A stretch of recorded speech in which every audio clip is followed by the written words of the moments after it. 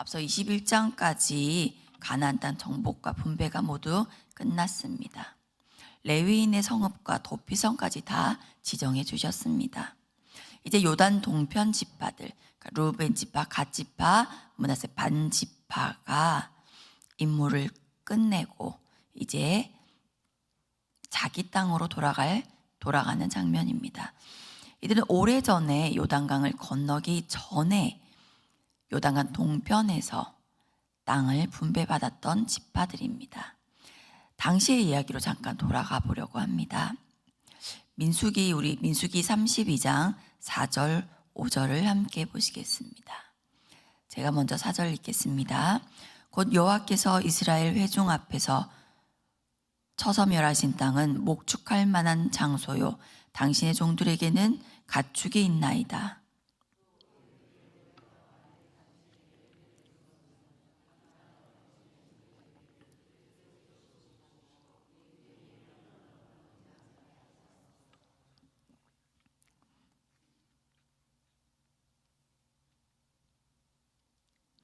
네, 이들은 불어난 가축 때문에 요단 동편의 목초지에 마음이 뺏겼습니다. 풍요한 목초지를 보고 마음이 뺏겨서 요단강을 건너지 않기로 결정했던 지파들입니다. 모세는 이들의 요구에 책망하기도 했지만 남은 전쟁에 함께 참여하는 조건으로 이들의 요구를 수락합니다. 여기서 생각해 보고 싶은 것이 하나님의 허용이라는 말입니다. 애초에 하나님은 요단강 건너 저편을 약속하셨지만 이들의 요구에 따라서 요단 동편 땅을 허락해 주셨습니다. 하나님 우리에게 가장 좋은 것을 주시기 원하지만 때로는 우리가 간절히 원하는 것을 허용해 주실 때가 있다는 것입니다. 우린 결과를 보고 이것이 하나님의 뜻이었다고 생각하는 경우가 있습니다. 이렇게 되었으니까 결국 하나님의 뜻이었을 거라고, 결국에 이렇게 되었으니 하나님의 뜻이 여기에 있었을 것이라고 짐작하기도 합니다. 그러나 하나님께서 세우신 계획이 가장 완전하고 우리에게 가장 좋은 길임을 믿으시길 바랍니다. 하나님께서 우리를 사랑하시기 때문에 자유의지를 존중해 주시는 것이고 또 모든 결과, 또 하나님은 모든 결과가 하나님의 뜻은 아니라는 것입니다. 때로는 우리가 잘못된 선택을 하더라도 하나님이 허용해 주실 때가 있습니다. 그러나 최선이 아닐 수 있다는 것입니다. 우리가 선택한 잘못된 결정을 하나님이 허용해 주셨을 뿐이지 하나님의 최선은 아닌 결과를 맞이할 수도 있습니다. 그러나 하나님께서 우리의 잘못된 선택조차도 합력해서 선을 이루어 주시는 것이지 그렇게 되었기 때문에 그것이 하나님의 뜻은 아닐 수 있다는 것입니다. 하나님께서 약속하신 땅은 요단강 건너 저편이었습니다. 하나님의 계획이 가장 선하고 가장 좋은 길이었습니다. 그래서 자신들의 소원에 따라 요단강 동편에 자리를 잡은 지파들은 나중에 볼 수 있겠지만 결국에 비참한 결과를 맞이하게 됩니다. 이 요단 동편 지파들과 비슷한 거의 똑같은 선택을 했던 사람이 있습니다. 바로 창세기에 나오는 롯입니다. 아브라함이 불어난 가축 때문에 서로 떠날 때에 아브라함은 롯에게 먼저 선택권을 주었습니다. 우리 창세기 13장 10절에서 13절 말씀 함께 보시겠습니다. 제가 먼저 읽겠습니다. 이에 롯이 눈을 들어 요단 지역을 바라본즉 소알까지 온 땅에 물이 넉넉하니 여호와께서 소돔과 고모라를 멸하시기 전이었으므로 여호와의 동산 같고 애굽 땅과 같았더라.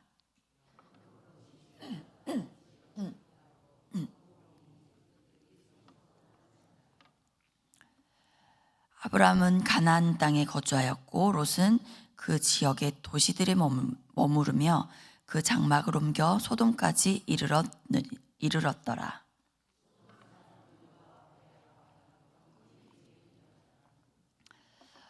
아브라함은 약속의 땅 가나안으로 향하고 있었습니다. 기근을 만나서 애굽으로 내려가기도 했습니다. 그 과정에서 아내 사라를 누이라고 속이는 실수도 저질렀습니다. 그러나 하나님은 그 실수조차 선으로 바꾸셔서 바로를 통해서 아브라함에게 재산을 더하셨습니다. 그래서 아브라함과 롯은 불어난 재산 때문에 결국 헤어지게 되었는데, 그때 롯의 결정이 방금 읽었던 창세기 13장의 내용입니다.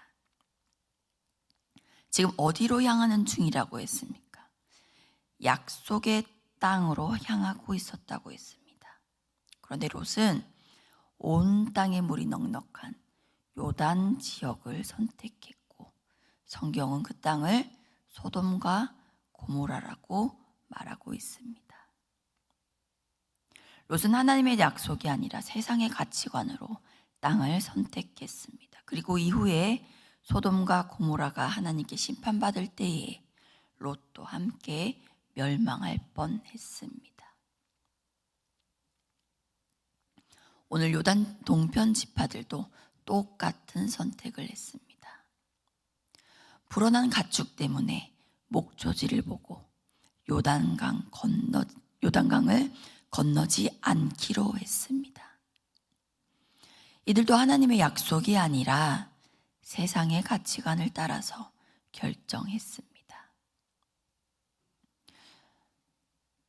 그러나 알아야 할 것은 세상의 가치관으로 결정했을 때 세상도 똑같이 그것을 욕심낸다는 것입니다. 이 요단 동편 지파들은 나중에 아수르가 이스라엘을 쳐들어왔을 때 가장 먼저 포로로 끌려가는 지파들이 되었습니다. 다시 본문으로 돌아가서 이 요단 동편 지파들은 모세와 약속한 대로 모든 전쟁이 끝나고 가족들이 있는 요단 동편으로 다시 돌아가게 되었습니다. 여호수아는 떠나는 지파들에게 먼저 격려하고 축복했습니다. 이들의 순종과 헌신에 대해서 본문 2절, 3절에서 칭찬하고 있습니다. 그리고 이어서 5절부터는 헤어지는 민족들에게 마지막으로 하고 싶은 말을 전했는데, 출애굽기에서부터 계속해서 강조하시는 말씀들입니다. 여호와께서 자기 백성에게 요구하신 것, 바로 순종에 대한 마지막 당부였습니다. 그리고 이 지파들을 떠나보냅니다. 떠나는 이들의 마음은 어쩌면 부푼 꿈에 설레었을지 모릅니다. 가족들 품으로 돌아가는 그 마음, 또 풍요로운 땅에서 미래를 설계하는 마음으로 들떴을 것입니다. 그러나 여호수아서에서는 패턴이 있습니다. 순종했더니 이기게 하셨더라가 그 패턴인데, 반대로 불순종하면 패하게 되어 있습니다. 하나님의 약속을 저버렸기 때문에 이들은 이제 화근을 가지고 살게 된 것입니다. 나중에 이들의 결론을 보시게 되겠지만, 오늘 여러분께 드리고 싶은 말씀은 하나님의 허용에 대한 것입니다. 요단 동편 지파들의 선택은 현실적으로 충분히 고려할 수 있는 선택이었고 당장에는 보기 좋아 보이는 결정이었습니다. 더욱이 하나님께서 그 선택을 허용하셨고 모세와 여호수아도 그것을 받아들였습니다. 그래서 우리는 쉽게 이렇게 말할 수 있습니다. 하나님이 허용하셨으니까, 하나님이 허락하셨으니까 괜찮은 선택이었겠지. 그러나 성경은 우리에게 분명히 말씀하고 있습니다. 하나님의 허용이 곧 하나님의 최선은 아니라는 것을 말입니다. 하나님은 요단강 건너편을 약속의 땅으로 정하셨습니다.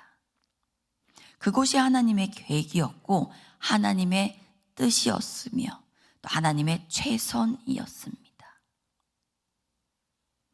하지만 하나님은 억지로 끌고 가시지 않으셨습니다. 우리를 사랑하시기 때문에 선택하게 하시고 때로는 그 선택의 결과까지도 허용하십니다. 그리고 그 결과 속에서도 여전히 선을 이루시는 분입니다. 그러나 그것이 처음부터 하나님의 뜻이었다고 말할 수는 없습니다. 사랑하는 성도 여러분, 오늘 우리의 선택은 어떻습니까? 지금 우리는 약속의 땅을 향하고 있습니까?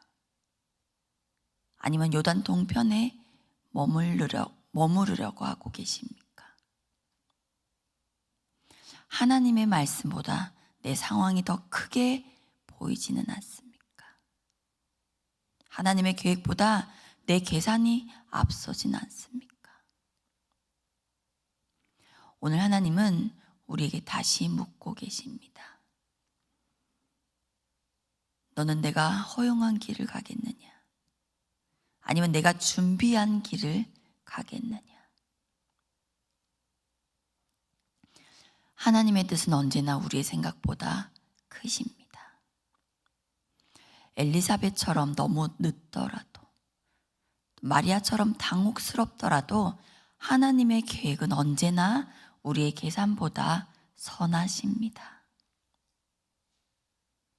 당장은 손해처럼 보이고 또 요단강을 건너는 것이 두렵게 느껴질지라도 하나님의 약속이 있는 곳이 가장 안전한 곳임을 믿으시기 바랍니다.